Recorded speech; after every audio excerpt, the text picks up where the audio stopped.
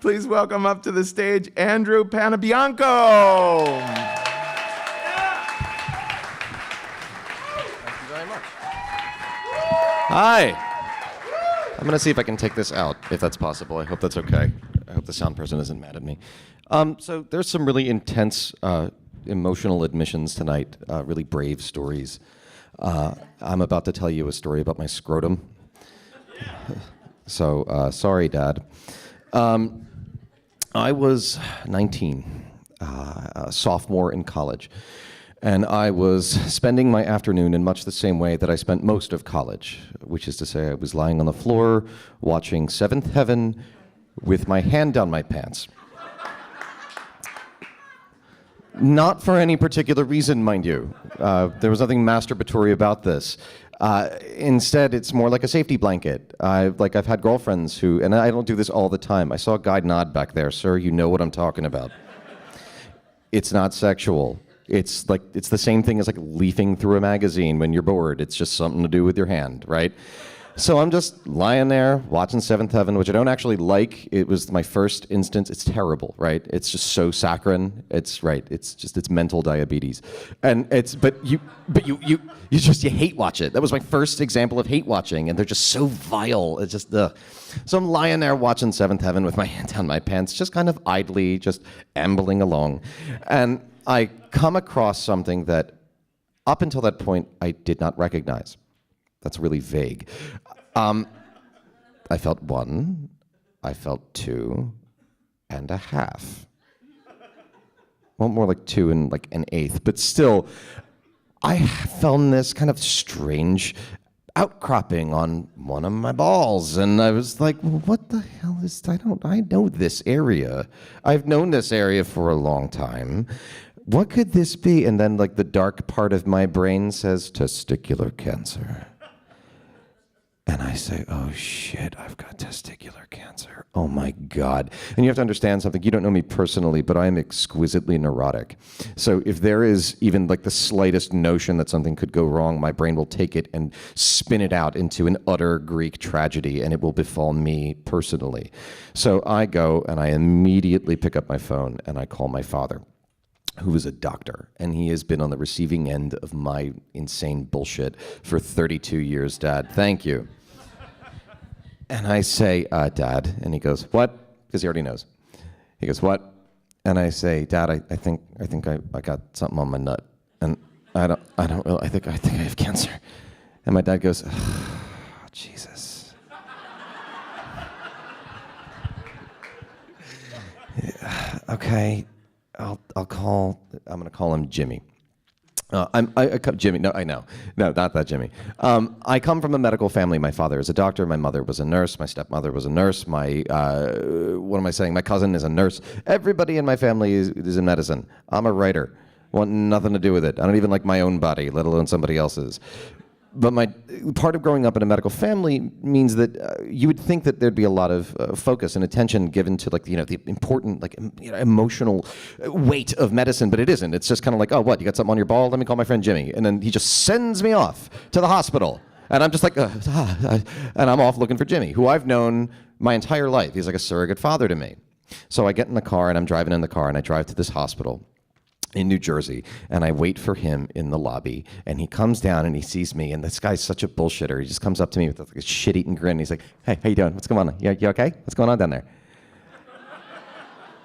And I'm like, there's a distinct lack of necessary decorum, considering the fact that I might have testicular cancer. So let's go. So he says, come on, I'll take it. So he leads me, and not into an exam room, but he leads me into the bathroom of the doctor's lounge. And he says, okay, let's see it. And I go, and no man in this room, no person in this room likes the scrotum, right? It's just that thing that we have to carry in order to propagate the species. You know what I mean? It's really unfortunate. It literally is a sack. There's nothing attractive about that. So I stand there, balls out, and there's Jimmy on his knees poking at it. And he's looking at it. He goes, yeah. And I'm just, while he's doing his thing. And he goes, yeah, I don't think this is cancer. I think you're okay. I think this looks like it's a result of some kind of trauma. Did you ever hit your nuts? And I was like, I don't think so. Like maybe, like probably, but never in such a way that would like necessitate the word trauma. You remember trauma, or you utterly forget it. But I like neither of those things had happened. Like, you know, it's in this case like I hadn't buried anything, and nothing was springing to mind. So I'm like, eh.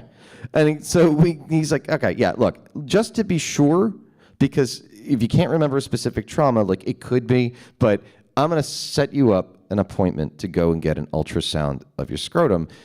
In the meantime, don't worry too much. You're going to be okay. So I'm like, okay, I'm feeling a little bit better. And so we walk out of the bathroom, and there are 3 doctors standing in the doctor's lounge, and I'm walking out with Jimmy. And Jimmy goes, hey, guys, you want to take a look at his nuts? And now I'm in the bathroom with 4 doctors, and they're all like, with my business. So they all agree, yeah, it's probably trauma, probably not testicular cancer, but you want to be sure because you're 19 and like your chances are really ridiculously high.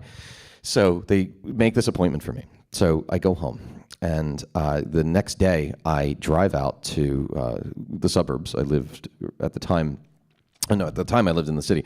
I'm from just over the bridge in New Jersey, and I go to this this outpatient radiology center in the suburbs. And I walk in there, and it's the kind of place where you're there for one of 2 reasons. You're there for a sports injury, and I am not an athlete, or something related to the womanly body. I don't know anything. What I know about it has no business in that radiology center. So it's one of those 2 things. And I walk in, and I go up to the thing. There's like a young kid with like a splint on his neck or whatever, and like crutches. And I go up to the girl behind the counter, and I say, hi, my name's Andrew Panabianco. I have an appointment. And I was vague on purpose because I don't feel like admitting I got a weird ball.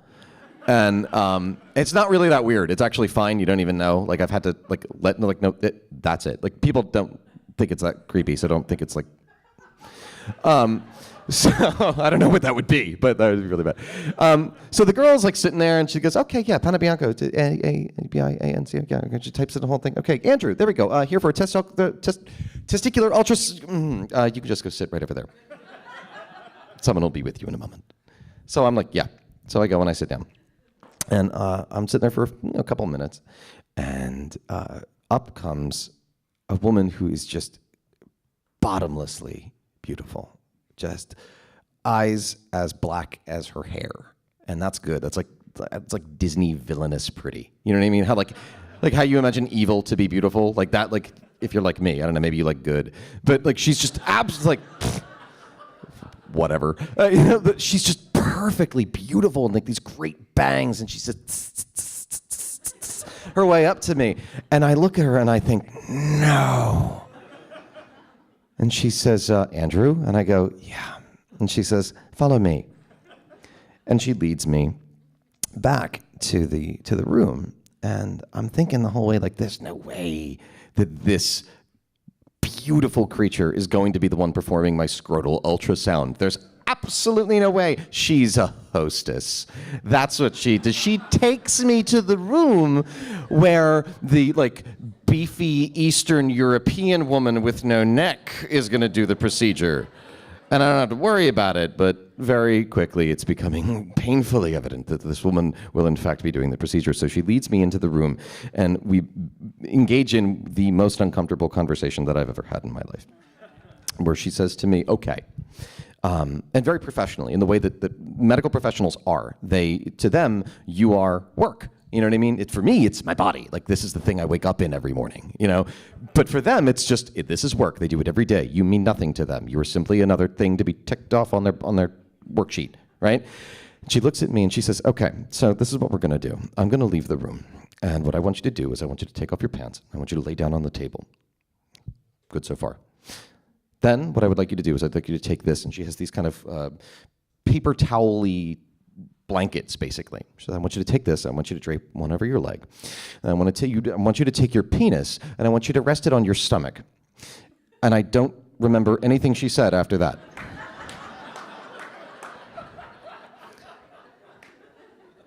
Stomach? Like, it's fine. It's like, aesthetically, it's lovely. Stomach? Like, who the fuck do you think you're talking to? Stomach. You are in for a rude awakening. Because that shit ain't gonna happen. No. Stomach? And I'm not paying attention to what she's saying. She's just saying, your stomach. And all of a sudden, like any fear that I might have cancer immediately evaporates. And I am returned to the general stasis of a 19-year-old boy, which is, holy shit, that girl thinks my dick is small.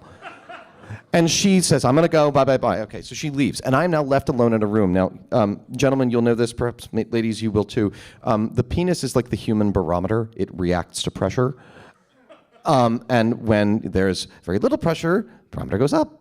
When there's tremendous pressure, barometer goes down. And in my case, my barometer was like a canned mushroom. It's like a mood ring that comes out of the middle of you, basically. And it had shrunk, down to like an acorn, just like a cashew sitting on 2 walnuts. And it's just not accurate. I'm being shortchanged, literally, by this. And I can't let her see me like this, with this, gherkin penis. With my scrotum out, which is, the least, that's not my best part. I got nice eyes, I got a deep voice. There are better parts of me that are gonna offer her a handshake. And she's gonna walk in, it's just gonna be tiny penis scrotum. And I'm like, what am I gonna do? And I make a decision, and I can't believe I make this decision, but I made this decision, and I just...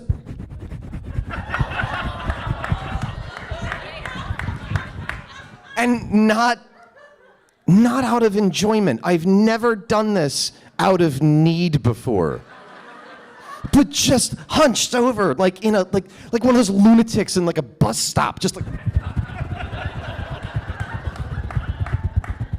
and not to get it properly erect, just to get it al dente. You know what I mean?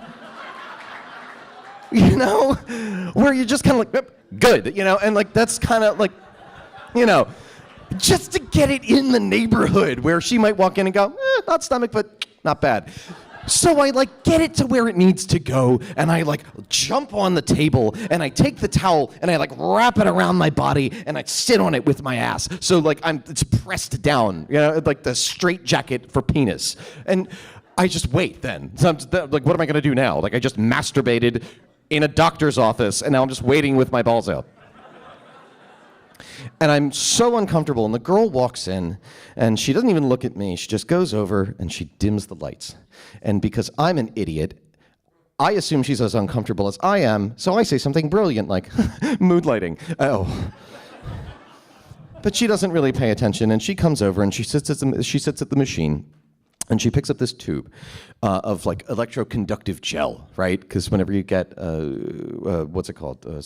Ultrasound, thank you. Whenever you get an ultrasound, thank you, Sean. Whenever you get an ultrasound, you need that gel, and that gel is fucking cold. So she just goes and she takes it, and then just a healthy pour, just.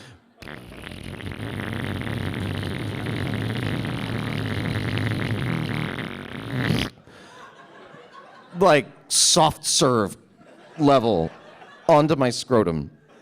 And she picks up her little wand and just right into the thing. And she begins doing her little thing, right? Taking pictures, this like that, right? And I'm lying there, and I don't know what to talk about. And I'm trying to disappear from that place because, you know, there hadn't been trauma until that moment. And I'm lying there, and she's just moving it around. She's taking pictures, and she's saying absolutely horrible things like, okay, now press down like you're having a bowel movement. And I'm like that? And she's like, yep, like that, and taking pictures. And I'm just trying to go anywhere else in my head. And in that moment, I go back to my childhood. And I remember what the trauma was. When I was a little boy, I used to sleep, this is really weird, with a dowel rod next to my bed. Dowel rod, like a thin stick, right? You know it, right? Is that what it's called, dowel rod? Yeah. Just in case, ninja fights should break out.